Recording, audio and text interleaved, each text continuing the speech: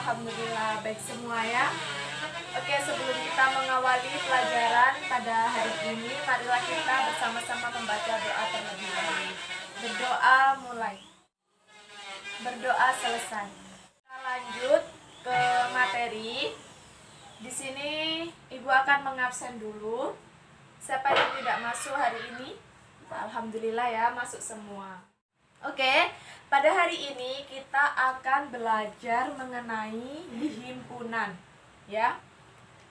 Jadi nanti kalian itu diharapkan dapat menerapkan konsep himpunan ini ke dalam kehidupan sehari-hari. Contohnya seperti dalam satu kelas ini itu terdapat 28 siswa, ya.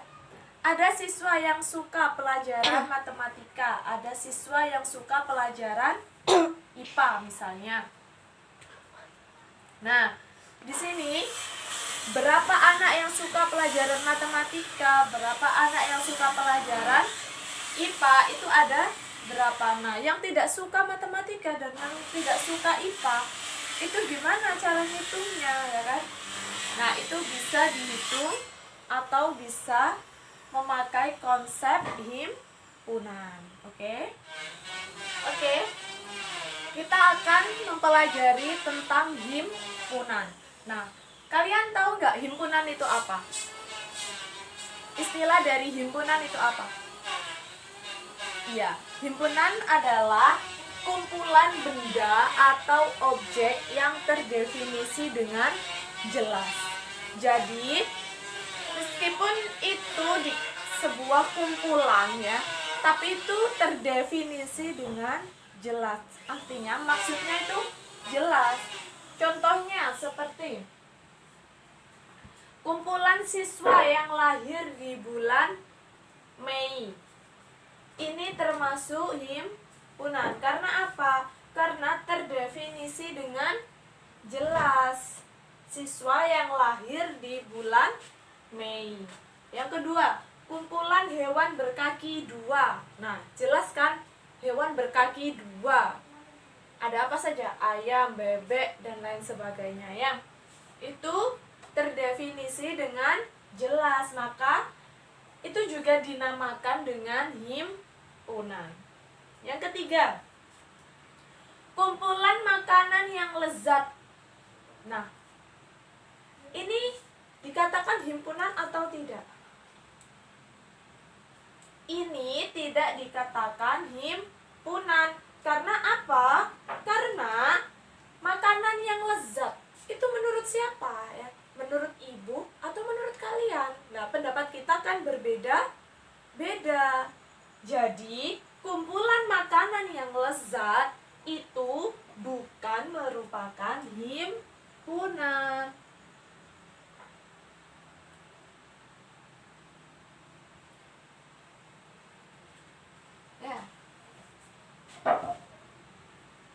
Itu bukan himpunan.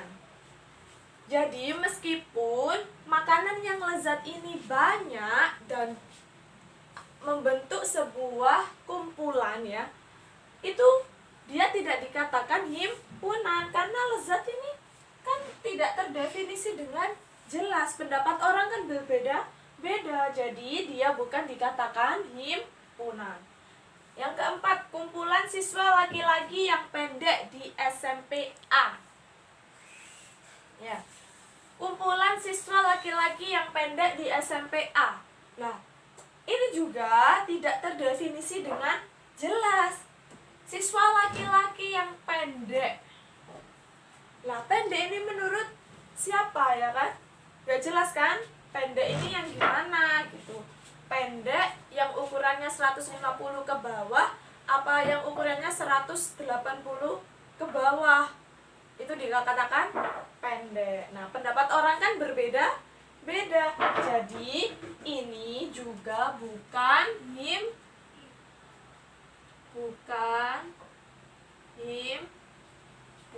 ya. Jadi artinya himpunan itu kumpulan dari benda atau objek yang terdefinisi dengan jelas. Oke? Sampai sini paham? Oke, kita akan lanjut ke materi selanjutnya. Selanjutnya kita akan belajar untuk cara penulisan dari himpunan ya. Yang pertama, diawali dengan huruf kapital. Yang kedua, dihubungkan dengan tanda sama dengannya. Yang ketiga, menggunakan kurung rawal atau kurungnya seperti ini. Yang keempat, antar anggota himpunan dipisahkan dengan tanda koma. Contohnya, saya punya contoh seperti ini. A sama dengan 1, 2, 3, 4, 5. Artinya apa? Himpunan A itu sama dengan anggotanya 1, 2, 3, 4, 5 ya. Jadi ini diawali dengan huruf kapital, dihubungkan dengan tanda sama dengan, diawali dan diakhiri dengan kurung rawal. Antar anggota himpunan dipisahkan menggunakan koma. Ini penulisan dari himpunan. Cara menyatakan himpunan ya. Cara menyatakan himpunan ini ada 3 cara, yaitu yang pertama enumerasi atau dengan menyebutkan anggotanya ya. Nama lainnya enumerasi atau menyebutkan anggotanya.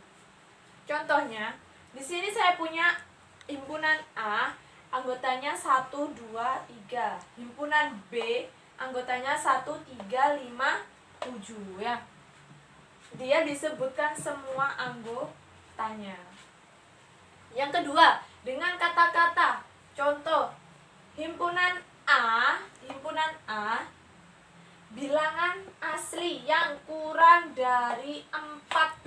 Nah, ini disebutkan dengan kata-kata ya. Bilangan asli yang kurang dari 4. Siapa saja? 1, 2, 3.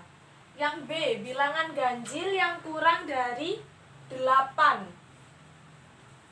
Siapa saja anggotanya? 1, 3, 5, 7. Jadi himpunan juga bisa dinyatakan dengan kata-kata. Yang ketiga, dinyatakan dengan notasi. Himpunan A, X adalah X kurang dari 4, di mana X adalah bilangan asli ya. Artinya apa? X itu bilangan asli, anggota himpunannya itu bilangan asli. Yang apa? Yang kurang dari 4 ya. Bilangan asli yang kurang dari 4. Jadi 1, 2, 3. Ini dinamakan bentuk notasi ya. Yang B, himpunan B, X kurang dari 8. X adalah bilangan ganjil. Jadi himpunan B ini anggotanya bilangan ganjil yang kurang dari 8. Siapa saja? 1, 3, 5, 7. Jadi himpunan ini bisa dinyatakan dengan 3 bentuk ini. Yang pertama enumerasi, yang kedua kata-kata, dan yang ketiga dengan notasi. Kalau biasanya kalian menjumpai di soal-soal itu ini dengan notasi. Ini sering dijumpai. Hati-hati kalau baca himpunan yang dinyatakan dengan notasi ya, yang teliti kalau baca. Apa itu himpunan kosong? Himpunan tadi kan kumpulan benda atau objek yang terdefinisi dengan jelas. Kalau ini himpunan kosong, berarti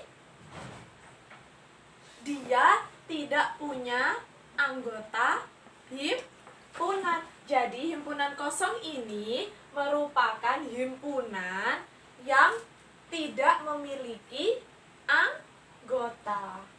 Contohnya seperti apa? Saya punya himpunan A. Himpunan A ini siswa kelas 7 yang umurnya di bawah 7 tahun. Loh, kelas kelas 7 kok umurnya di bawah 7 tahun? Kan nggak ada kan ya?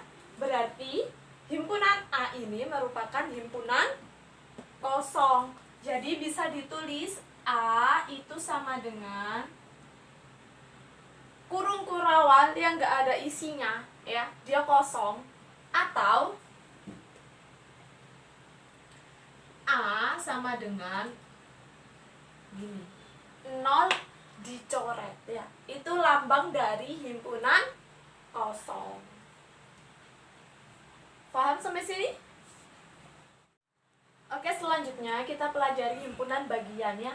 Misalkan saya punya himpunan A anggotanya 1, 2, 3, 4, 5, 6. Himpunan B anggotanya 1, 2, 3 dan himpunan C anggotanya 4, 5, 6. Apakah himpunan B itu merupakan himpunan bagian dari A? Artinya apa? Di B 1, 2, 3 ini apakah dia ada di A? 1, 2, 3 ada di A apa tidak? Iya, ada. Jadi dia termasuk himpunan bagian. B ini himpunan bagian dari A, ya. Jadi B merupakan himpunan bagian dari A. Oke. Ini lambangnya himpunan bagian, ya. C agak memanjang. Kalau gini, apakah C merupakan himpunan bagian dari A? Himpunan bagian atau tidak? Apakah C himpunan bagian dari A? Iya, dia himpunan bagian. Karena apa? Semua anggota C itu ada di A, ya. 4, 5, 6 ada di A. Jadi C itu merupakan himpunan bagian dari A. Kalau misalkan saya balik, apakah A itu himpunan bagian dari B? Apakah A itu merupakan himpunan bagian dari B? A 1, 2, 3, 4, 5, 6 itu apakah himpunan bagian dari B? Tidak. Karena apa? 4, 5, 6-nya tidak ada di B. Di B hanya ada 1, 2, 3. Sedangkan anggota A yang 4, 5, 6 nggak ada di B. Jadi A bukan himpunan bagian dari B, ya. Kalau ini A, apakah A himpunan bagian dari B? Dari C, sorry. Bukan, dia bukan himpunan bagian. Karena apa? Karena anggota A yang 1, 2, 3 tidak ada di C. Paham ya? Oke, sekarang kita akan belajar tentang himpunan semesta, ya. Himpunan semesta itu himpunan yang memuat semua anggota yang dibicarakan atau dilambangkan dengan S. Jadi semua anggota, ya. Himpunan semesta ini lebih luas. Jadi misalkan saya punya contoh A sama dengan 1, 2, 3, 4, 5. Himpunan A sama dengan 1, 2, 3, 4, 5. Nah, semesta yang mungkin, himpunan semestanya apa? Misalkan A itu bilangan asli, ya. A itu bilangan asli, ya. Oke anak-anak, selanjutnya kita akan belajar menggambar diagram Venn, ya. Diagram Venn ini biasanya diagram yang menunjukkan himpunan. Contoh, misalkan ibu punya semesta 1, 2, 3, 4, 5, 6, 7, 8. Himpunan A 1, 2, 3, 4. Himpunan B 3, 4, 5, 6. Gimana cara menggambarkan diagram Venn-nya? Langkah pertama, kita buat dulu kotak, ya. Kotak semesta, ya. Di sini pojok sini ada S. S ini melambangkan kotak ini semestanya. Semua yang dibicarakan. Katakan semua anggota yang dibicarakan ada di dalam kotak sininya. Kita buat lingkaran himpunan. Biasanya di himpunannya itu dilambangkan dengan lingkaran. Misalkan di sini ada himpunan A, ya, kita buat. Nah, langkah selanjutnya kita lihat dulu himpunan A dan B ini ada anggota yang sama apa tidak. Kita lihat ada yang sama apa tidak? Ada 3 dan 4. Jadi lingkarannya berpotongan. Ya, ini B. Ya, lingkarannya berpotongan. Misal, nah anggota yang sama di mana letaknya anggota yang sama? Di sini yang sama. 3 dan 4, ya. Nah, di sini anggota A apa saja di sini anggota A masih ada 1 dan 2. Yang B selain 3, 4, 5 dan 6. 1, 2, 3, 4, 5, 6. Nah, di sini di kotak semesta ini 1, 2, 3, 4, 5, 6. 1, 2, 3, 4, 5, 6, ya. Nah, 7, 8-nya ditaruh di mana? 7, 8-nya ditaruh di luarnya lingkaran karena dia tidak termasuk anggota dari himpunan A maupun himpunan B. Jadi di sini 7, 8, ya. Tapi dia termasuk anggota semestanya. Jadi begini. Nah, apakah diagram Venn dari dua himpunan itu gambarnya selalu seperti ini? Tidak. Sebagai contoh lagi,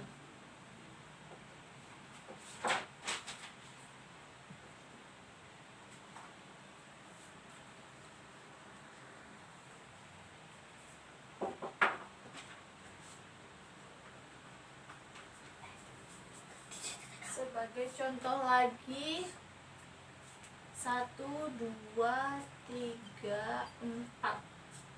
Misalkan B-nya berapa? Misalkan 3, 4 gitu ya. Nah, langkah pertama tadi kita gambar kotak ya, kotak semesta dulu. Coba S ya. S, kita buat lingkaran dulu. Dicari angka yang sama ya. Sama siapa? 3 dan 4. Dengan A 3 dan 4. Nah, ini gambarnya gimana kalau gini? Semua anggota B itu ada di A. Semua anggota B ada di anggota A. Jadi gimana gambarnya? Gambarnya gini. Ini B. B ada di dalam himpunan A. Jadi gambarnya seperti ini. Di sini berapa? 3, 4. Di sini 1, 2.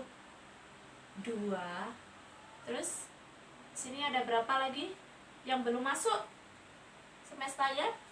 5, 6, 7, 8. Ya. Jadi gini gambarnya. Kalau misalkan saya punya seperti ini gimana gambarnya? Saya punya seperti ini. Ya. Gimana gambarnya? Gambarnya langkah pertama buat kotak semesta dulu, ada S. Terus A dan B, kita lihat ada anggota yang sama apa tidak? Di sini tidak ada yang sama. Jadi lingkarannya terpisah. Ini A, ini B. Lingkarannya terpisah. 1, 2, 3, 4, 5, 6, 7, 8. Ya. Jadi lingkarannya terpisah. Jadi tidak harus diagram Venn itu gambarnya tidak harus berpotongan atau tidak harus ada di dalamnya, bisa juga berpisah seperti ini ya. Ini maksudnya tidak ada anggota antara anggota B dan A, tidak ada yang sama. Oke, bisa dipahami anak-anak? Bisa dilanjutkan ya? Iya. Kita akan belajar mengenai operasi dari himpunan ya. Misalkan saya punya himpunan ini semesta 1, 2, 3, 4, 5, 6, 7, 8. A-nya himpunan A dan himpunan B. Kita akan belajar mengenai operasi himpunan yang pertama. Ada yang namanya gabungan ya. Gabungan atau dilambangkan U. Gabung berarti U ya. Gabung berarti U ya. Lambangnya U. Gabungan ya. Gabungan ini artinya apa? Artinya antara himpunan A dan B itu digabungkan. Gimana? Langkah pertama kita cari dulu himpunan yang sama, anggota yang sama maksudnya. Kita cari dulu antara himpunan B dan A itu anggotanya yang sama. Ada berapa saja? 2 dan 4 ya. Lalu anggota A dan B ini kita gabung. Berarti berapa? Berarti A gabungan B sama dengan berapa? 1, 2, 3,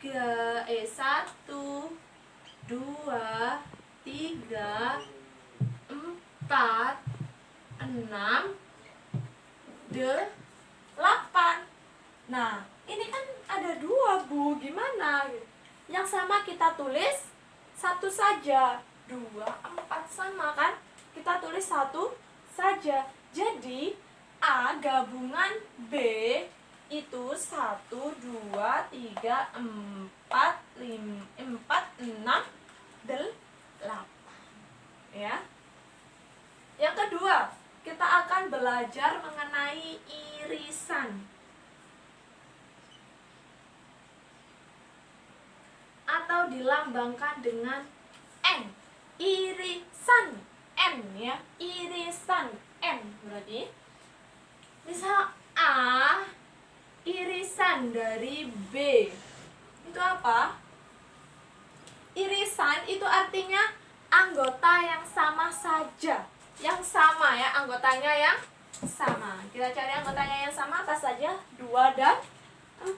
Jadi A irisan B itu 2 dan 4.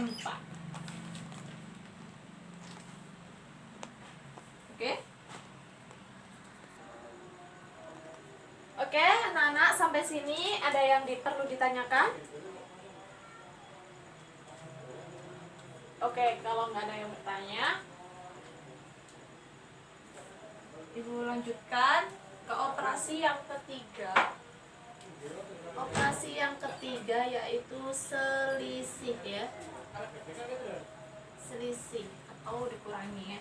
Misalkan A selisih B itu ada apa saja? Jadi A dikurangi dengan B. 1, 2, 3, 4 dikurangi 4, 5, 6, 8. Ada anggota yang sama? Ada. Yang sama ini ya, 24, 24 ya. Jadi anggota A selisih B itu ada yang enggak sama ya. Berapa? 1, 3. Artinya selisih itu dicari anggota yang nggak sama, anggota A yang nggak sama ya, sisanya sisa ya selisih. B dikurangi A, anggotanya berapa? 6, 8. Oke. Operasi yang keempat yakni komplement.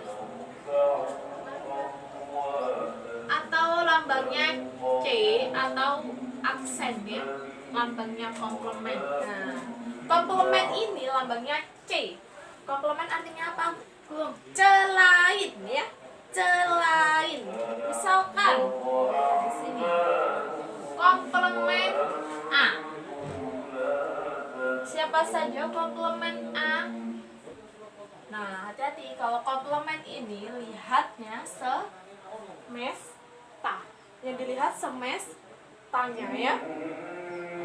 Komplement A berarti selain himpunan A. Selain himpunan A. Siapa saja? 5, 6, 7, 8. Kalau komplement B berarti selain anggota B. Siapa saja? Selain anggota B, siapa? 1, terus 3, 5, terus 7, ya. Berarti komplement itu selain. Oke. Oke, anak-anak, sampai sini ada yang perlu ditanyakan? Silakan bertanya. Sampai sini pelajaran kita hari ini. Oke, semangat belajarnya. Ibu akhiri, assalamualaikum warahmatullahi wabarakatuh.